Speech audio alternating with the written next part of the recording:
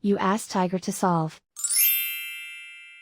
This deals with linear equations with one unknown. The final result is x equals 12. Let's solve it step by step. Group all constants on the right side of the equation. Subtract 2 from both sides. Simplify the arithmetic.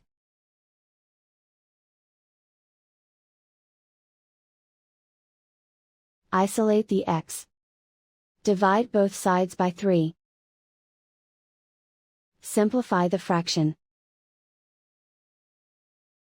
Find the greatest common factor of the numerator and denominator. Factor out and cancel the greatest common factor.